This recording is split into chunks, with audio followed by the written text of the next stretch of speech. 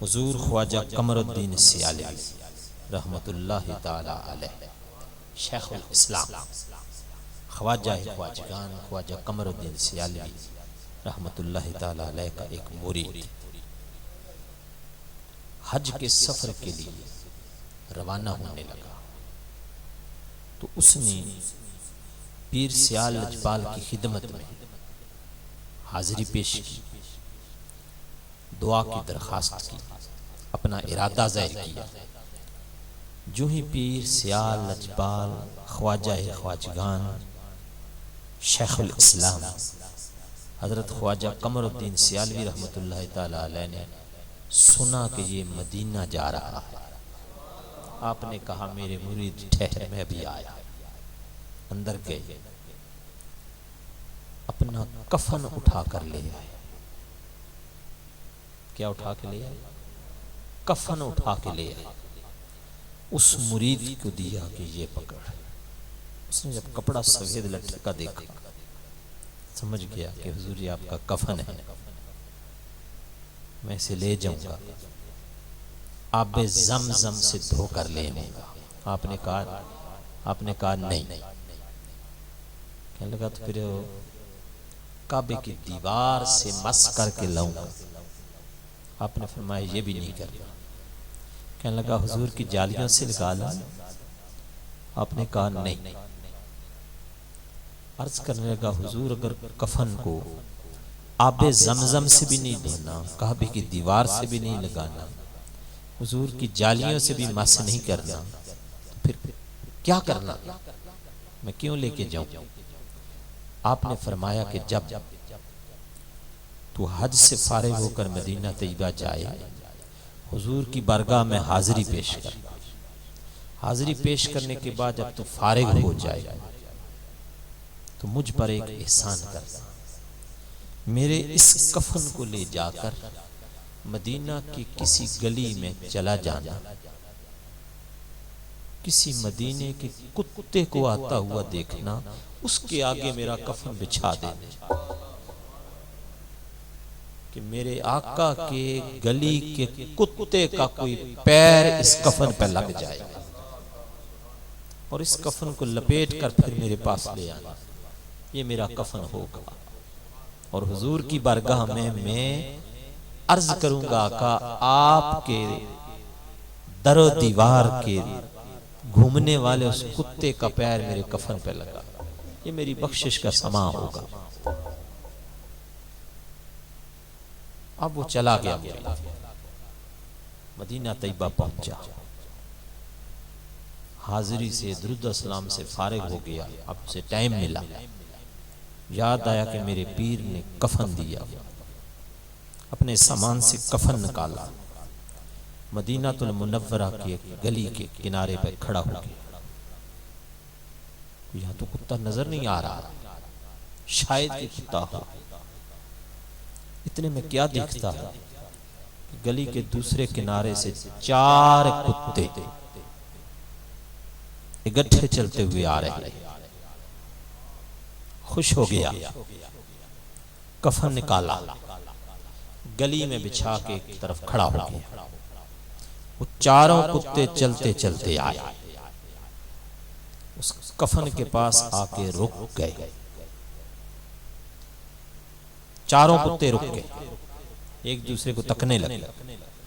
उनमें से एक कुत्ता आगे बढ़ा, उस कुत्ते ने आगे बढ़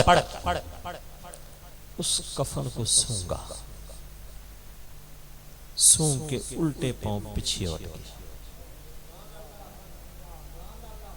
उन कुत्तों को कुछ उसने कहा, 4 कुत्ते उधर से वापस मुड़ गए,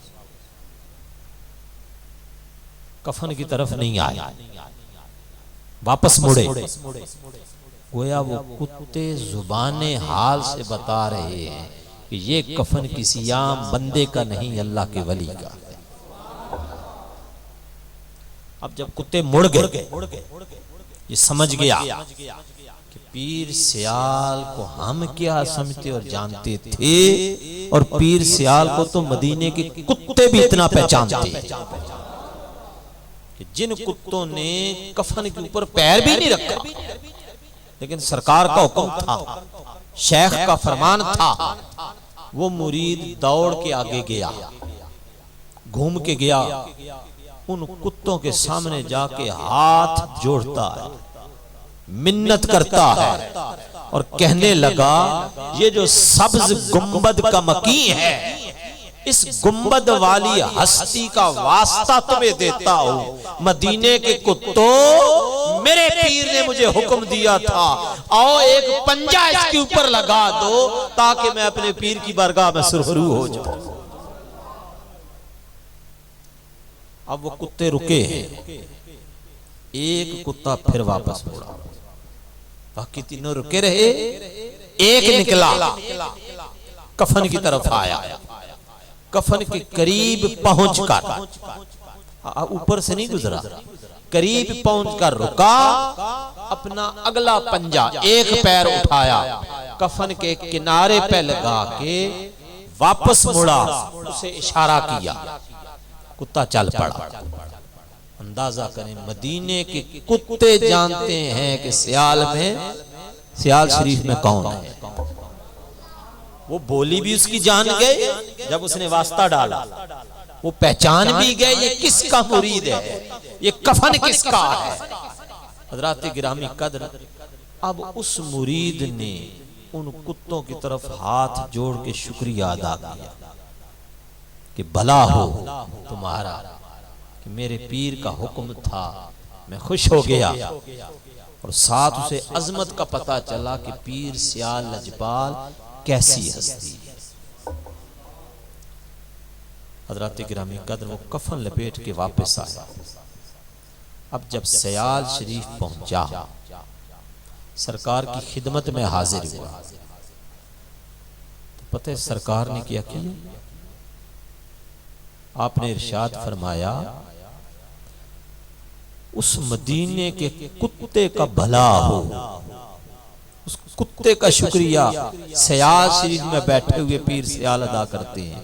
उस मदीने का कुत्ते का भला हो जिसने कमर पर इतना बड़ा एहसान कर दिया।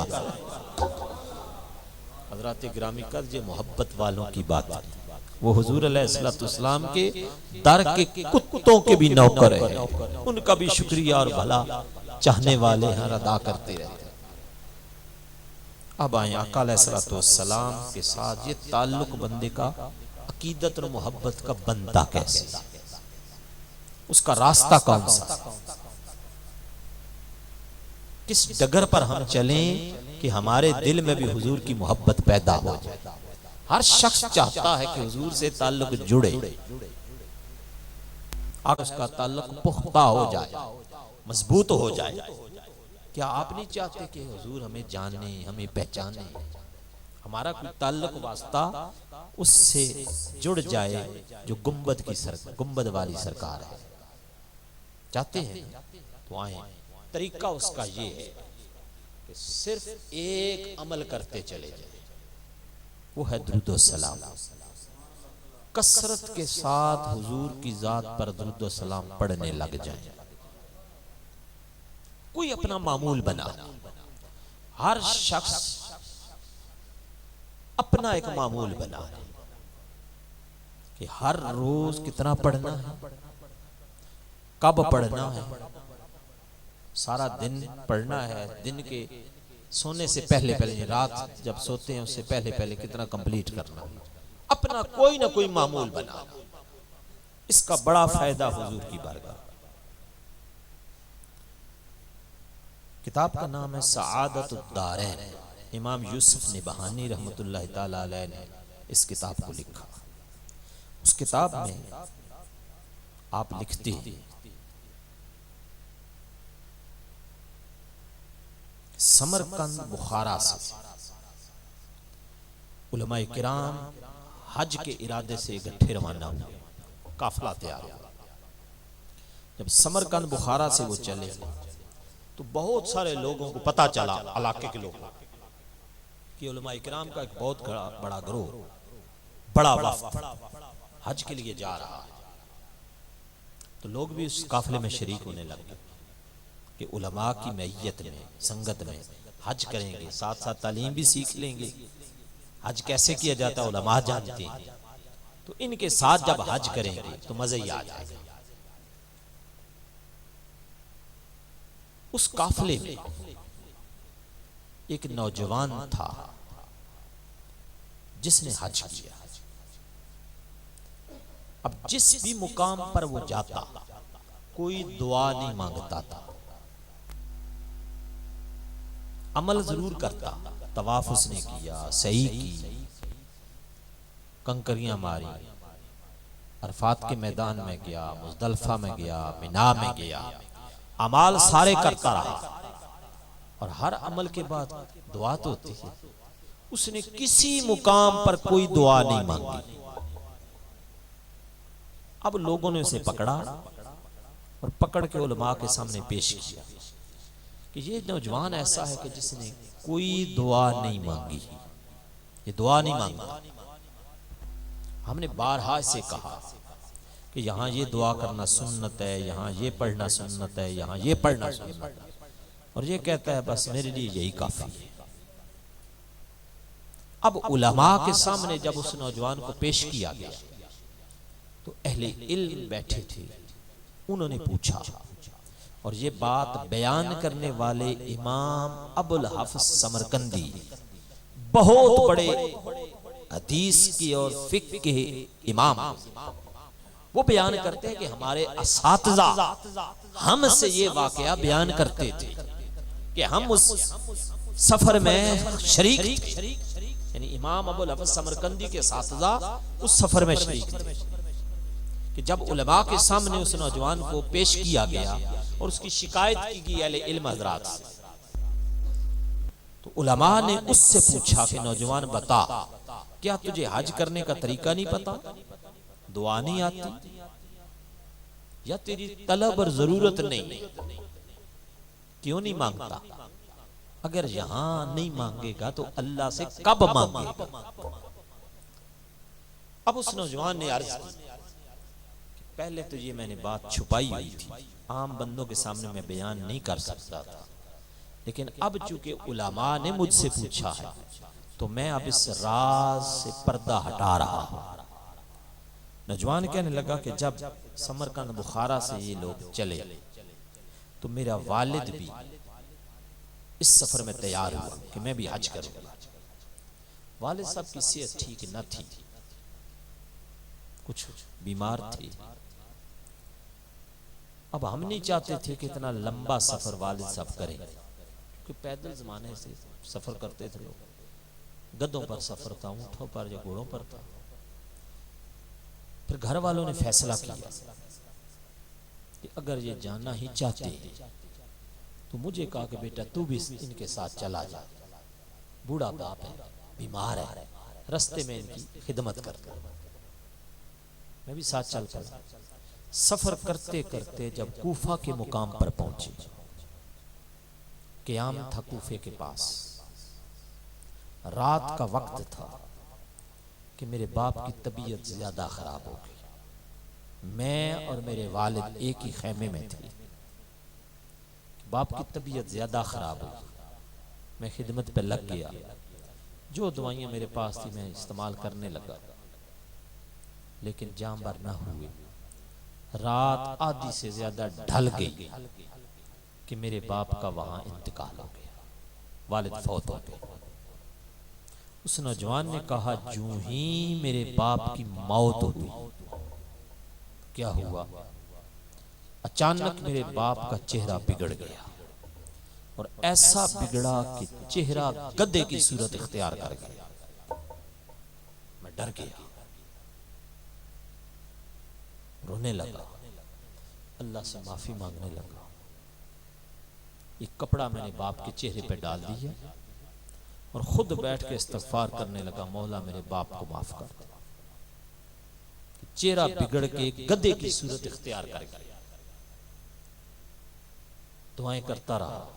उधर डर था कि सुबह भी होने के करीब है, टाइम थोड़ा है, मैं अकेले कब्र भी तैयार नहीं कर सकता, टाइम इतना नहीं कि मैं बहरी कब्र तैयार करूं, बाप को दफना दूं, पर्दा रह जाए। अगर सुबह होगी, सारे हमारे इलाके के लोग हैं, ये जब मेरे बाप को इस हाल में देखेंगे तो क्या कहेंगे। मैं बड़ा ही परेशान था। उस नौजवान ने कहा, ऐसी परेशानी की रात मैं तो सोच भी नहीं सकता था कि मुझ पे कभी आ सकती है। इसी असरा में रो रहा था, अल्लाह से माफिया मांग रहा था, इस्तगफार कर रहा था कि हमारे खेमे का दरवाजा यकदम खुला। एक हुस्न जमाल का पैकर, एक नूरानी सूरत वाली मुजस्सम सूरत हमारे खेमे में दाखिल। उस नौजवान ने कहा, जो ही वो हस्ती दाखिल हुई, सारा खेमा नूरुन अला नूर हो गया, खुशबू हर तरफ फैल गई। वो हस्ती करीब आई, कपड़ा हटाया, अपना दस्ते मुबारक चेहरे पर फेरा। हाथ लगने की देर थी कि बाप का चेहरा जो गधे की सूरत इख्तियार कर गया था, ना सिर्फ ये कि वो इंसानी सूरत में वापस आ गया, बल्कि नूरन अला नूर हो गया। इतना चेहरे से नूर निकलने लगा, मैं हैरान हो गया, खुश हो गया कि मेरे बाप का चेहरा ठीक हो गया। बस इतना करके वो हस्ती वापस निकलने लगी। मैं पीछे लपका दामन पकड़ लिया। मैंने कहा, ऐ मुझ पे इतना बड़ा एहसान करने वाले, बता तो जाएं आप कौन हैं और मेरे बाप का माजरा क्या था।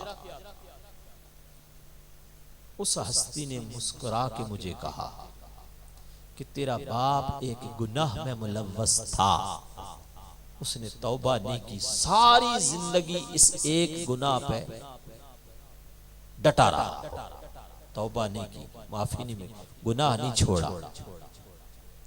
उस वजह से तेरे बाप की अल्लाह ने पकड़ कर और मरते ही इसका चेहरा गधे की सूरत इख्तियार कर गया। बाकी रह गया तू मेरा पूछता कि मैं कौन हूं। मुस्कुरा के उस हस्ती ने कहा कि मैं मुहम्मदुर रसूलुल्लाह सल्लल्लाहु अलैहि वसल्लम, मैं तेरा नबी हूं, तेरा रसूल। फिर हुजूर ने बयान किया कि माजरा ये हुआ कि इधर तेरे बाप का विसाल हुआ, उधर मेरे पास मेरी कब्र अनवर पर वो फरिश्ता जो लोगों के दुरूद सलाम सारी कायनात से जमा कर करके मेरे पास पेश करता है कि या रसूलल्लाह, फलां बंदे ने इतनी दफा दरूद पढ़ा, फलां ने इतनी दफा दरूद पढ़ा। वो फरिश्ता अपना रजिस्टर लेकर मेरे पास आया और मुझे आके अर्ज करने का, आका आपका एक उम्मती कूफा के मुकाम पर बड़ी मुसीबत में गिरफ्तार हो गया है। मैंने पूछा क्या हुआ। उसने पहले रजिस्टर आगे किया, कहा या रसूलल्लाह ये देखिए, इस बंदे ने एक दिन भी छोड़ा नहीं है, हर रोज 100 मर्तबा आप पर दुरूद सलाम पढ़ता था गुनाहगार। देखिए ना, आपने कितने जनाजे उठाए, सोचें कितनी ही मौतें आपने देखी हैं। इतना गुनाहगार कोई नहीं देखा होगा कि मरते ही चेहरा बिगड़ गया, नहीं देखा ना, ना सुना होगा कि ज़माना करीब में किसी का इतना चेहरा बिगड़ गया हो। इसका मतलब है कि वो कितना बड़ा गुनाहगार होगा जिसका चेहरा भी बिगड़ गया। हालांकि हुजूर की उम्मत के चेहरे बिगड़ा नहीं करते, ये अल्लाह रब्बुल इज्जत का वादा हुजूर के साथ। उसका चेहरा जब बिगड़ गया, इसका मतलब है गुनाहगार बड़ा था, इतना बड़ा गुनाहगार कि चेहरा उसका बिगड़ के गधे की सूरत इख्तियार कर गया। अब वो फरिश्ता आके कहने लगा, आका ये रजिस्टर देखें, इसकी जिंदगी का एक एक दिन आपकी जात पर 100 मर्तबा दरूद पढ़ा करता था। उस वक्त तक सोता नहीं था जब तक 100 का अदद पूरा ना कर ले। इसकी आदत थी बंदे की। मैंने फरिश्ते से पूछा तो क्या हुआ। फरिश्ते ने मुझे बताया कि आका आज उसकी मौत वाक़ई होगी और उसका चेहरा बिगड़ गया। जब मैंने सुना उसका चेहरा बिगड़ गया, मैंने अल्लाह के हुजूर अर्ज की, बारी ताला मुजरम तेरा, जुर्म करता था तेरा करता था, लेकिन मेरे साथ का ताल्लुक देख कि रजिस्टर में कोई दिन खाली नहीं जिस दिन उसने मुझ पर दरूद ना पढ़ा।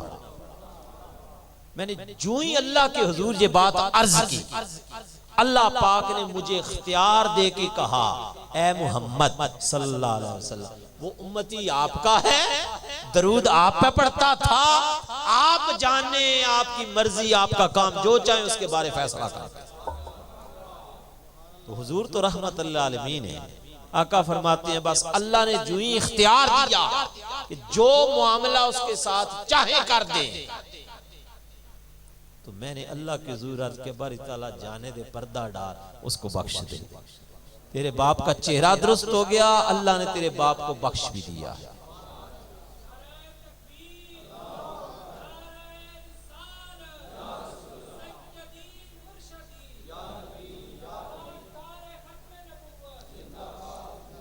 हज़रात गिरामी का तो ये दरूद सलाम ऐसी इबादत है कि अगर बंदे के आमाल इस काबिल ना हो कि अल्लाह के हुजूर बंदा बख्शा जाए, लेकिन दरूद सलाम हो तो वो दरूद सलाम बंदे को बख्शवा भी देते।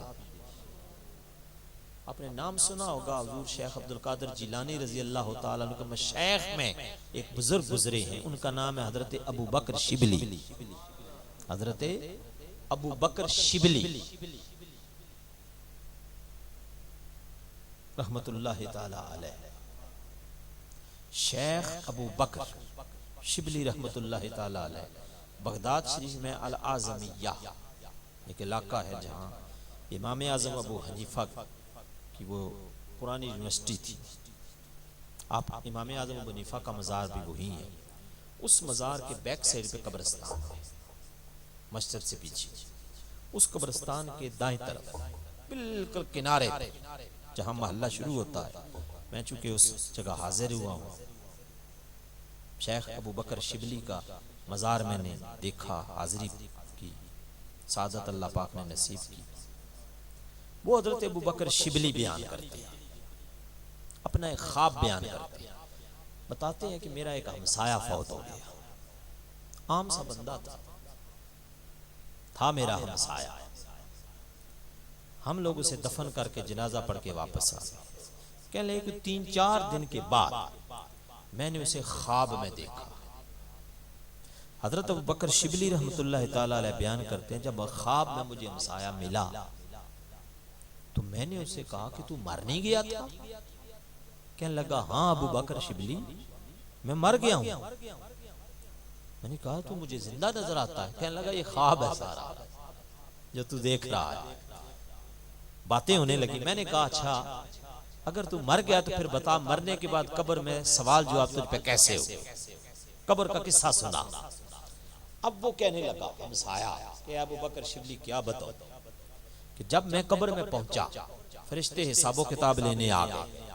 उन्होंने मुझ पर पहला सवाल किया, मन रब्बो का, बता तेरा रब कौन?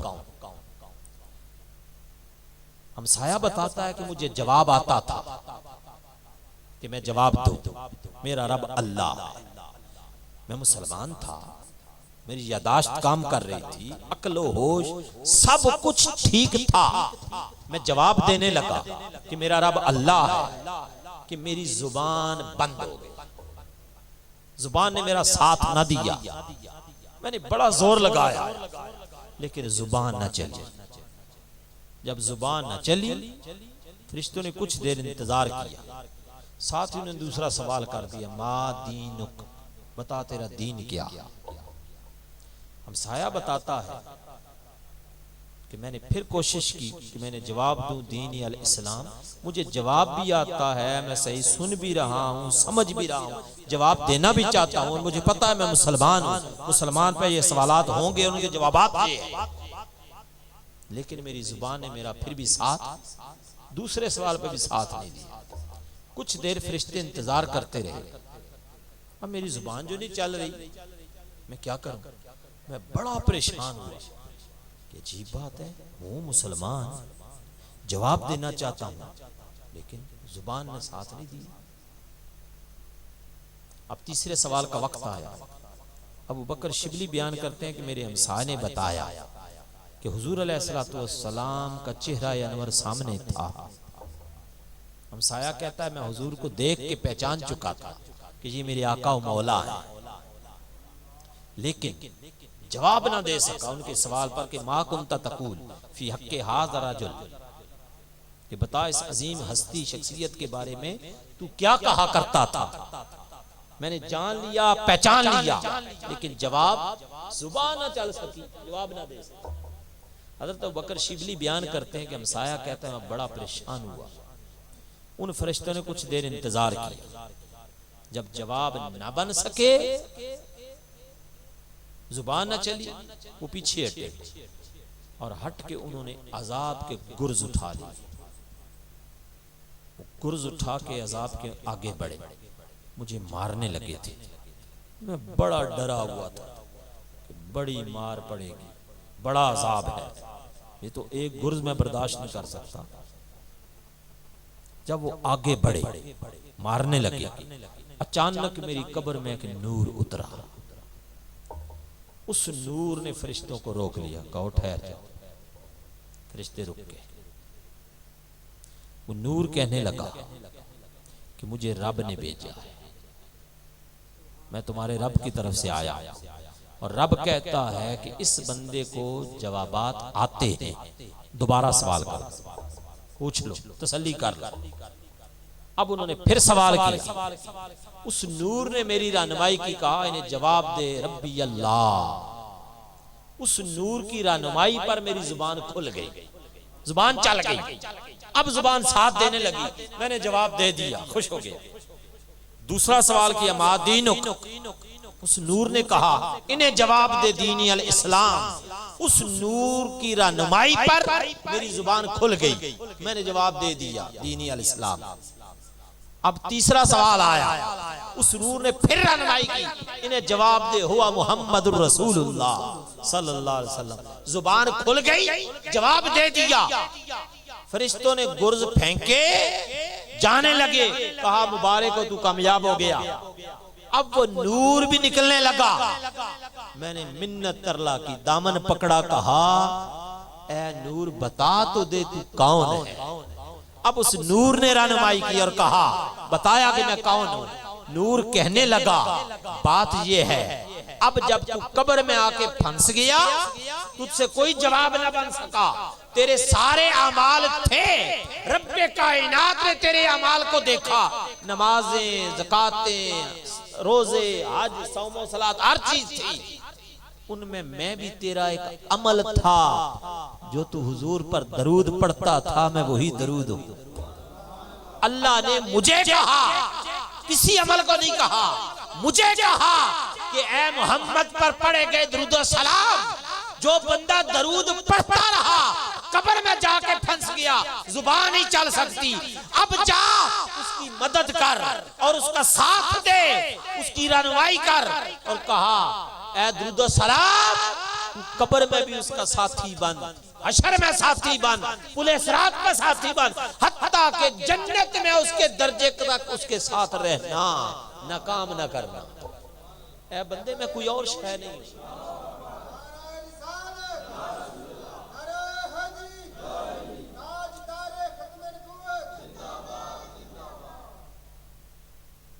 दुरूद सलाम ने बताया कि मैं कोई और शय नहीं हूं, तेरा ही पढ़ा गया दुरूद सलाम।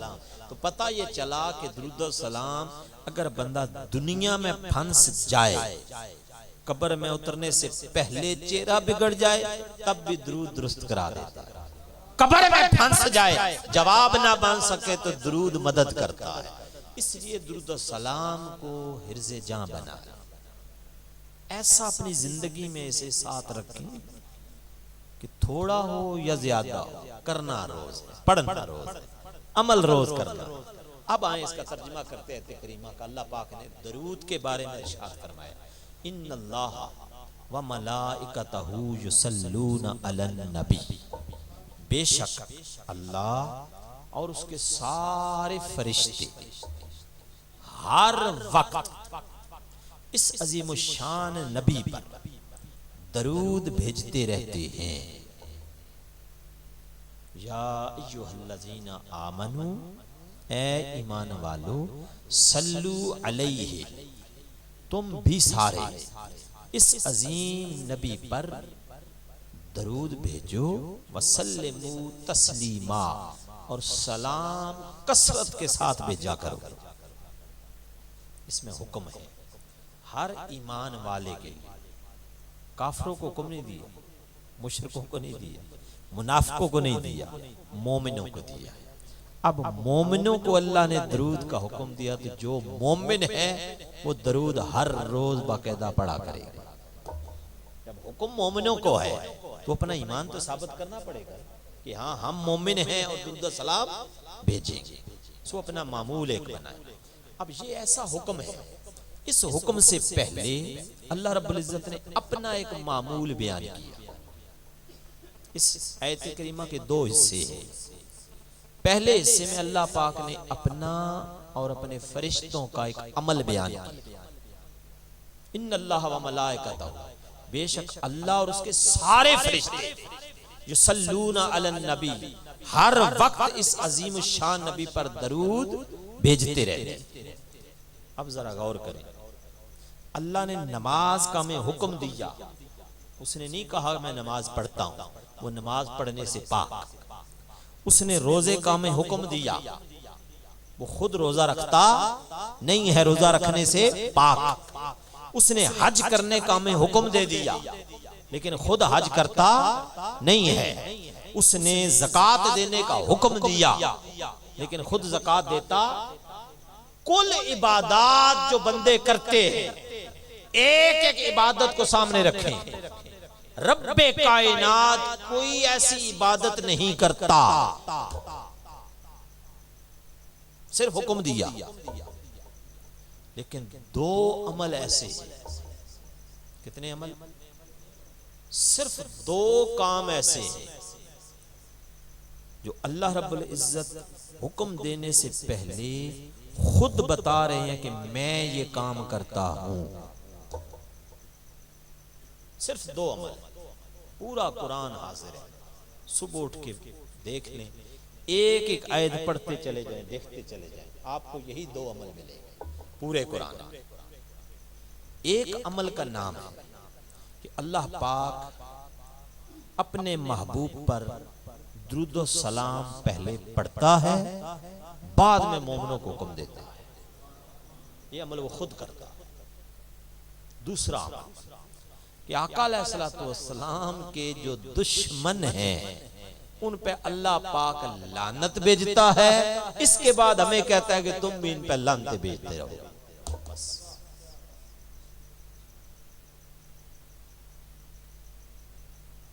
इन्नल्लज़ीना कफ़रू व मातू व हुम कुफ़्फ़ार उलाइका अलैहिम लानतुल्लाहि वल मलाइकति वन नास अजमाईन खालिदीन फीहा। एक आयत हवाला के तौर पर मैंने आपके सामने पेश कर दी। बेशक ये जो काफिर है और जिनकी मौत भी कुफर पे हुई है। काफिर कौन है? हुजूर के दुश्मन। मोमिन कौन है? हुजूर के गुलाम है। दो ही तबके हैं, एक आका का मानने वाला, दूसरा हुजूर का इनकार करने वाला। याद रख लें, अल्लाह के मुनकर को काफिर नहीं कहते। बड़ी अजीब बात पहली बार आप सुन रहे हैं। अल्लाह का जो इनकार करे उसे काफिर नहीं कहते, जो हुजूर का इनकार करे उसे काफिर कहते। बड़ी सादा सी बात है। यहूदी अल्लाह को मानते हैं, हुजूर को नहीं मानते। ईसाई अल्लाह को मानते हैं, आका को नहीं मानते। सिखों की किताबें आप उठा लें, उनकी पुरानी सारी कुतब के अंदर तौहीद का तसव्वुर पाया जाता है। वो अल्लाह को मानते हैं, नहीं मानते तो हुजूर को नहीं मानते। हिंदू मत की कुतब आप उठाएं, पढ़ें, उसके अंदर भी खुदा का तसव्वुर मौजूद है। वो भी अल्लाह को मानते हैं, नहीं मानते तो खुद रसूल को बताएं। ये सारे काफिर हैं या नहीं?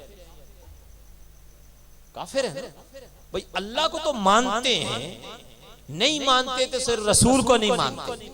तो फिर भी काफिर है। पता ये चला कि मुनकर जो खुदा का हो वो काफिर नहीं, जो मुस्तफा का मुनकर है वो काफिर है और उस पर डट जाए,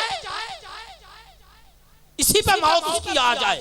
अल्लाह ने कहा ऐ मेरे मोहम्मद सल्लल्लाहु अलैहि वसल्लम का इनकार करने वाले, तू काफिर था व मात व हुम कुफार, तेरी मौत भी कुफर पे हुई है। लानत अल्लाह है, तुझ पे अल्लाह की लानत हो, व मलाइका, तो उसके सारे फरिश्तों की लानत हो, व नास अजमाइन, सारे इंसानों की भी उस पे लानत हो। तो एक तो हुजूर के दुश्मन पे अल्लाह लानत भेजता है और एक हुजूर की जात पे अल्लाह दुरूद व सलाम भेजता। पहले अल्लाह ने दरूद भेजा, बाद में हमें हुक्म दिया। हज़रात गिरामी का अब अल्लाह ने दरूद जो भेजा है उसमें देखिए कब भेजा, कितने वक्त तक भेजा, कब से भेजता है, कब तक भेज रहा है। तो पढ़े लिखे जो अहबाब तशरीफ फरमा है, इनके लिए मैं सादा सी एक बात बयान करता हूं कि जुमले अरबी जुबान में दो किस्म के होते हैं। ये ग्रामर की थोड़ी सी बात है, समझ लें तो जिंदगी सारी काम आने वाला नुक्ता। जुमले की दो किस्में होती हैं। नंबर एक जुमला इस्मिया, नंबर दो जुमला फेलिया। कुल कुतुब अरबी ग्रामर की उठा ले, उर्दू ग्रामर की उठा ले, हर जगह यही बात है ग्रामर में कि जुमले कितनी किस्म के हैं? दो किस्म, इस्मिया और फेलिया। अब जुमला फेलिया क्या और जुमला इस्मिया क्या? जुमला फेलिया फेल से, किससे है? फेल से। और फेल आप जानते हैं कि जमाने के अंदर ही होता है। हर फेल किसी न किसी जमाने के अंदर है, या फेल माजी का होगा, या हाल का होगा, या मुस्तकबिल का होगा। अरबी में हमसे कह देते हैं माजी का होगा या मुजारे का होगा। उर्दू जुबान में जमाने तीन है, फेल माजी, फेल हाल, फेल मुस्तकबिल। यानी फेल तीनों जमानों में से किसी एक जमाने में होता है। जो माजी का फेल है, गुजरे हुए जमाने को माजी कहते हैं, वो हाल और मुस्तकबिल में नहीं होता। जो हाल में फेल है माजी और मुस्तकबिल में नहीं होता, उन दो जमानों में नहीं।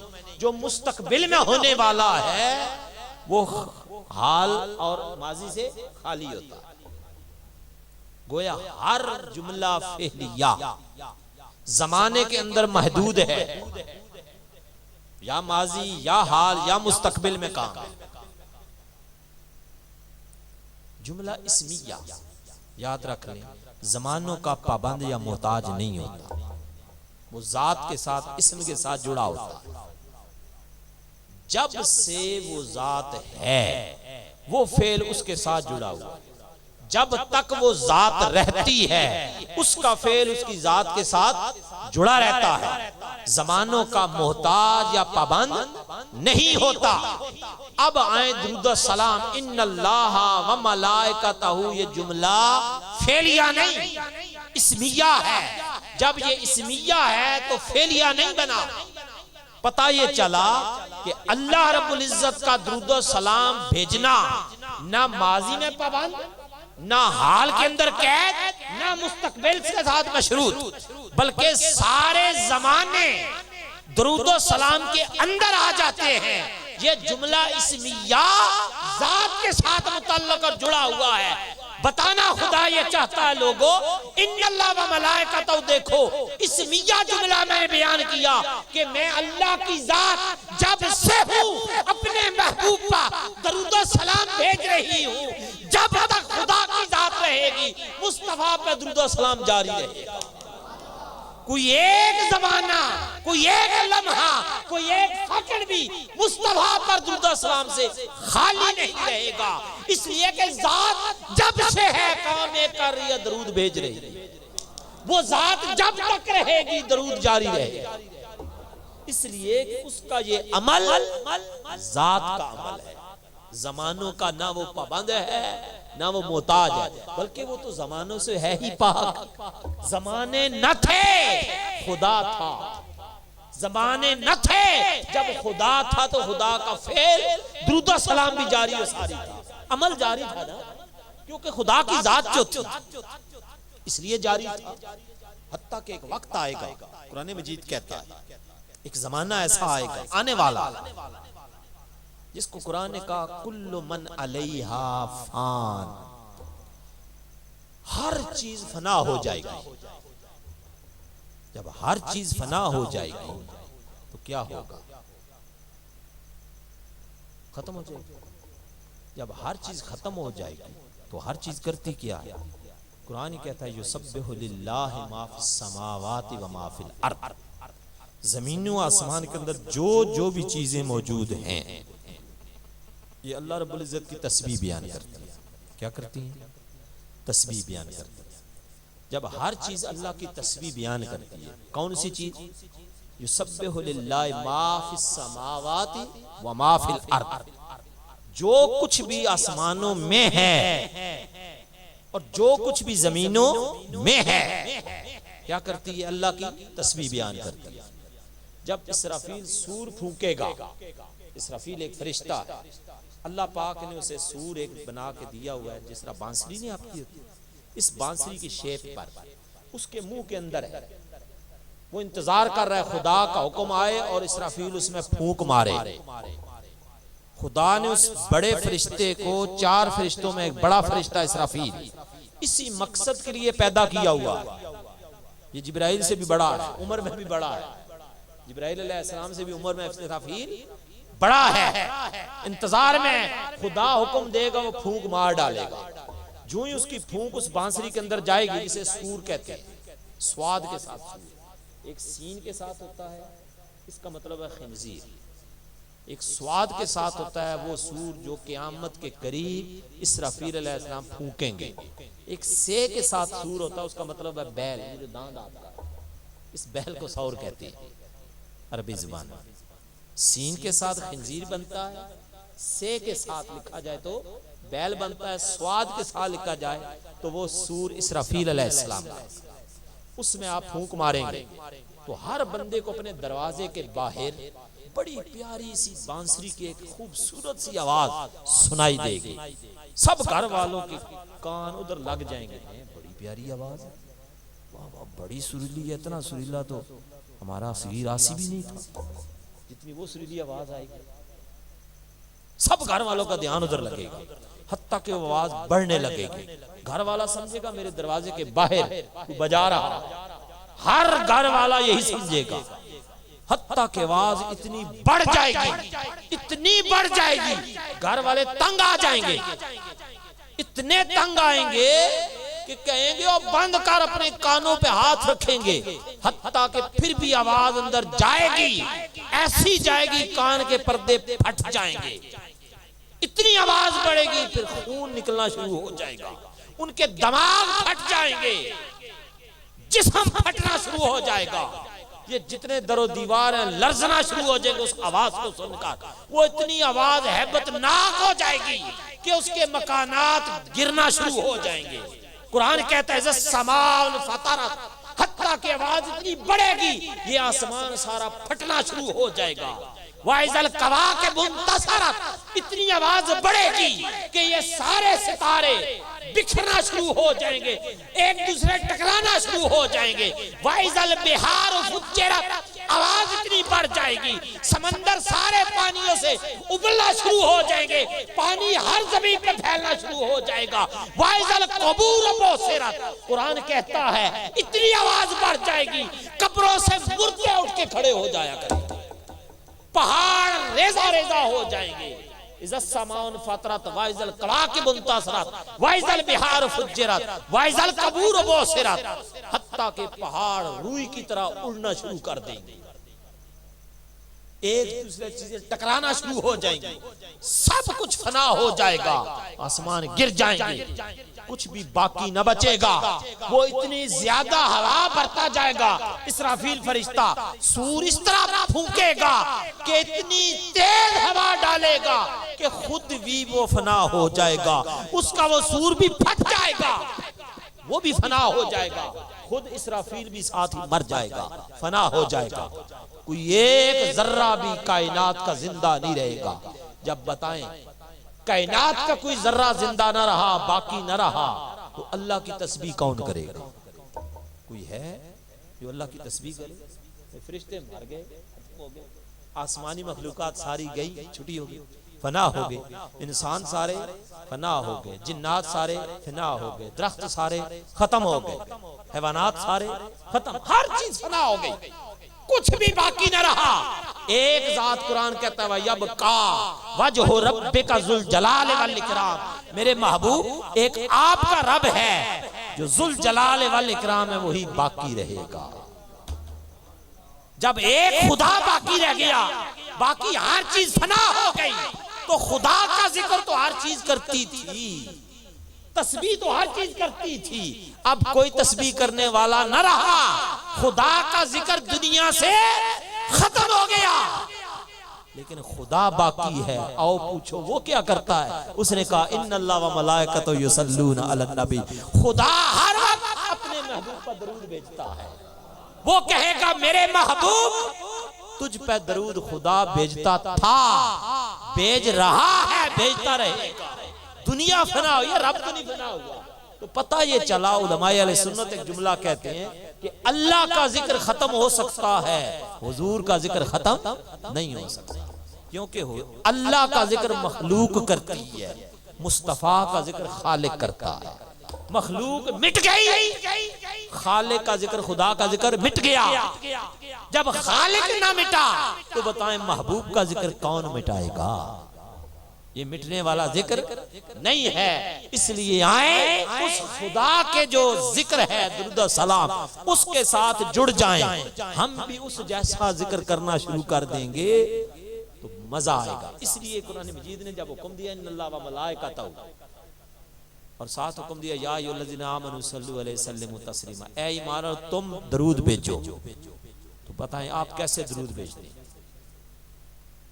आप दरूद पढ़ते हैं अल्लाहुम्मा सल्ली अला मुहम्मद, इसका माना बनता है ऐ अल्लाह तू दरूद भेज मोहम्मद पर सल्लल्लाहु अलैहि वसल्लम। अल्लाह ने आपको कहा, आप वापस फिर अल्लाह कहते हैं अल्लाह तू दरूद भेज।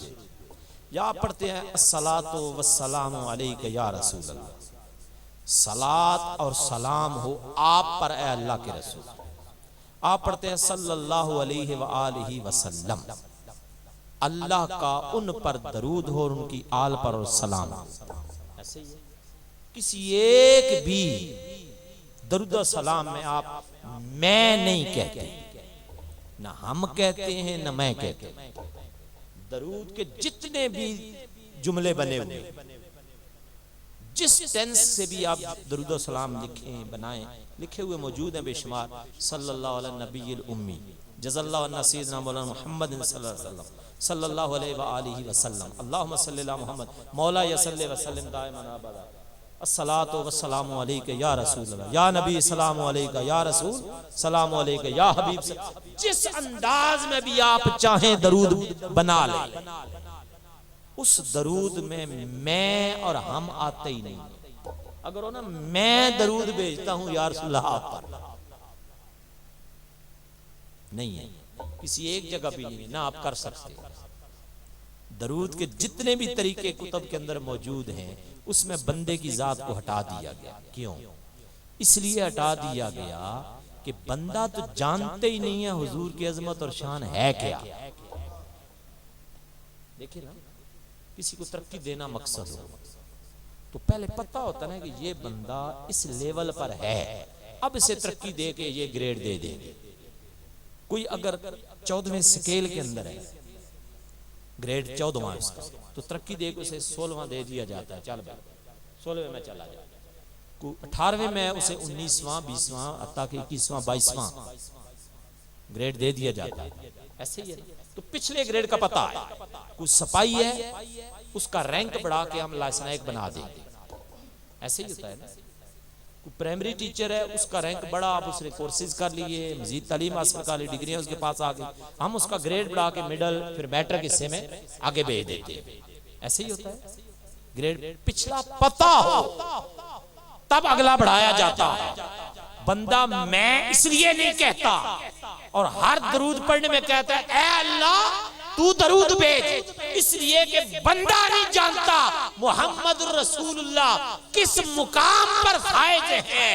ये बंदा हुजूर के मुकाम में उलूम मर्तबत को न जानता है न पहचानता है, इसलिए अपनी तरफ से ये दरूद भेज नहीं सकता। हर बार खुदा को कहता है, ऐ बारी ताला हम क्या हैं, हमारी औकात क्या है, हम क्या दरूद भेजें। तू हमें कहता है, हम तुझे ही वापस कहेंगे। बारी ताला तू मोहम्मद का दर्जा जानता है, मुस्तफा के दर्जे को खुद ही बुलंद कर दे।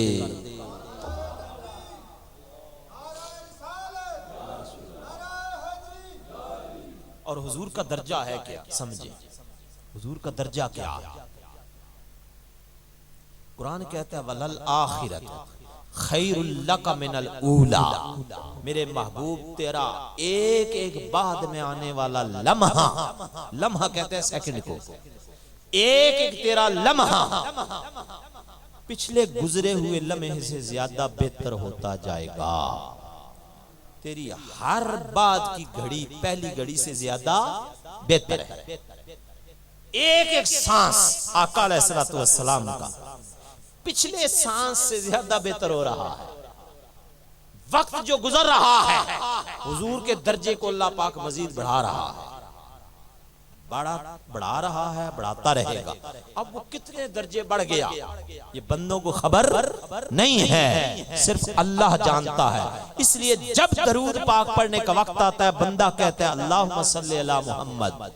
सलात का एक महीना है हुजूर का दर्जा बुलंद करना, जिक्र बुलंद करना।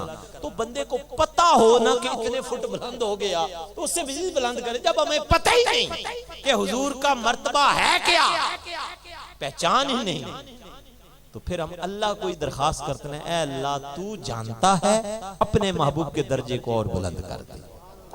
हज़रात गिरामी कद्र, ये दरूद सलाम का चैप्टर इतना खूबसूरत है, ये बयान इतना खूबसूरत है, लेकिन वक्त की मुनासबत से हम अपनी बात को इसी मुकाम पर ख़त्म कर रहे हैं। वक्त होता तो मज़ीद इसमें इजाफा जात किए जाते। आपकी खिदमत में आका अलैहिस्सलाम पर दुरूद सलाम के हवाले से बहुत कुछ बयान हो सकता था, पेश किया जा सकता था, लेकिन कहते हैं यार जिंदा सोबत बाकी। इंशाअल्लाह ताला बात किसी मौका पर दुरूद सलाम के मौजू पर बात होगी। अल्लाह रब्बुल इज़्ज़त की बारगाह में दुआ करते हैं कि इस दुरूद सलाम के सदके अल्लाह पाक इस महफिल को अपनी बारगाह में कबूल फरमा ले और रब्बे कायनात अहले खाना की जो जायज़ नेक हाजात मुरादें अल्लाह पाक ने पूरा करे। आखिर दावाना अल्हम्दुलिल्लाहि रब्बिल आलमीन।